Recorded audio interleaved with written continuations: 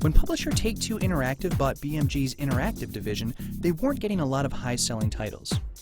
The one franchise that showed some promise was a top-down 2D driver, Grand Theft Auto.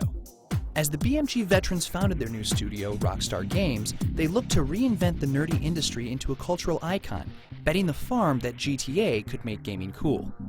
The result was 2001's Grand Theft Auto 3, a game aimed squarely at mature audiences. Tackling everything from murder to drugs to carjacking, it violently went against the grain and drew the ire of parents and politicians alike. Needless to say, it was the best-selling game of the year. Rockstar now had the money and prestige to do whatever they wanted. And what they wanted was to push their luck right to the hilt.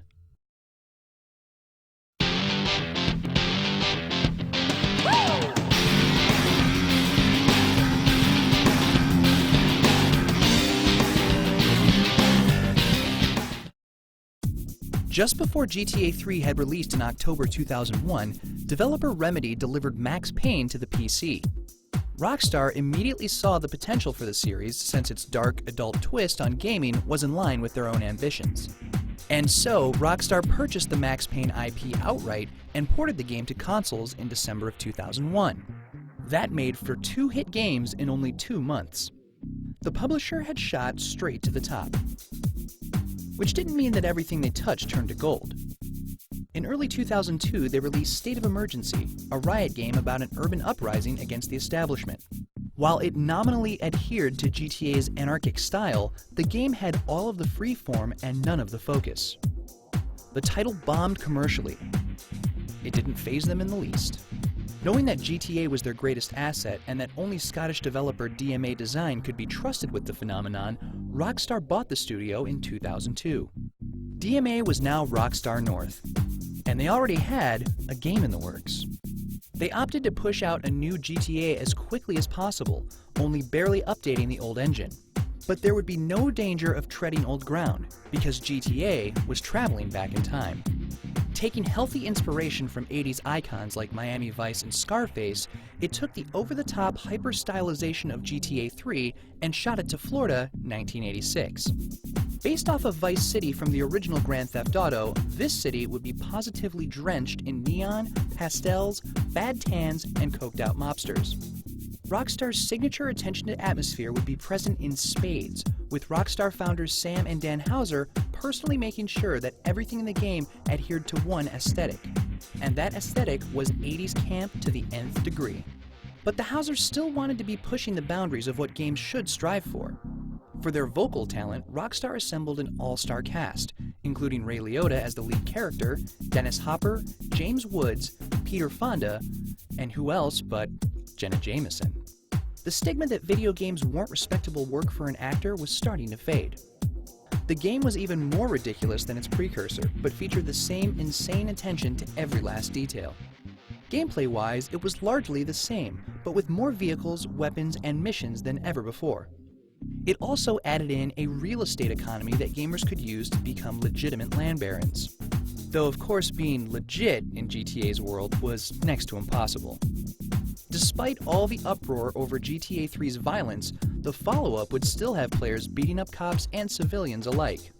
Meanwhile, Rockstar started plastering posters all over cities around the world, a marketing tactic usually reserved for music acts. Not content to break new ground in the game itself, this title would herald a whole new age of gaming promotion. It immediately gave Grand Theft Auto a certain street cred and cultural status no game had even attempted before. You're just not a Rockstar if you follow the rules. Grand Theft Auto Vice City released in October 2002, and once again sold like gangbusters. It did generate some more controversy from media watchdogs, upset about the developer's refusal to tone down the themes. They could have backed off and gone the safe route at this point.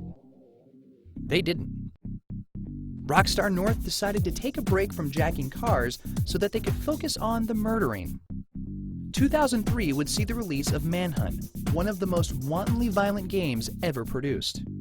It followed an executed felon who was saved from death by a psychotic director who wanted to film him killing wave after wave of gangsters. But really, what the game was about was bloody, bloody murder. Over and over and over again. It featured some of the most gruesome, detailed, and grotesque animations ever rendered. But that wasn't enough for Rockstar. Oh no. Before the title's release, Rockstar upped the ante again by sending an actual barbed wire garrote to journalists reviewing the game. Once again, the shock value wouldn't be limited to the game itself. Of course, such a thing couldn't come out without a backlash. The game was banned in New Zealand, effectively banned in Australia, confiscated in Munich, and blamed for a teen murder in the UK, although it was later revealed that it was actually the victim who played the game. But once again, controversy did nothing to slow sales. It may not have been Grand Theft Auto, but Manhunt still became an iconic title that helped define Rockstar as the counterculture brand of the new millennium.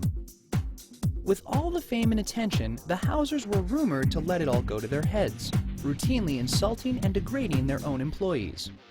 But despite their soaring egos, they never lost their focus on even the most microscopic details in their games. If they thought of themselves as the peak of the gaming world, at least they kept earning the title. And they'd earn it again in 2004 with the best-selling theft of them all.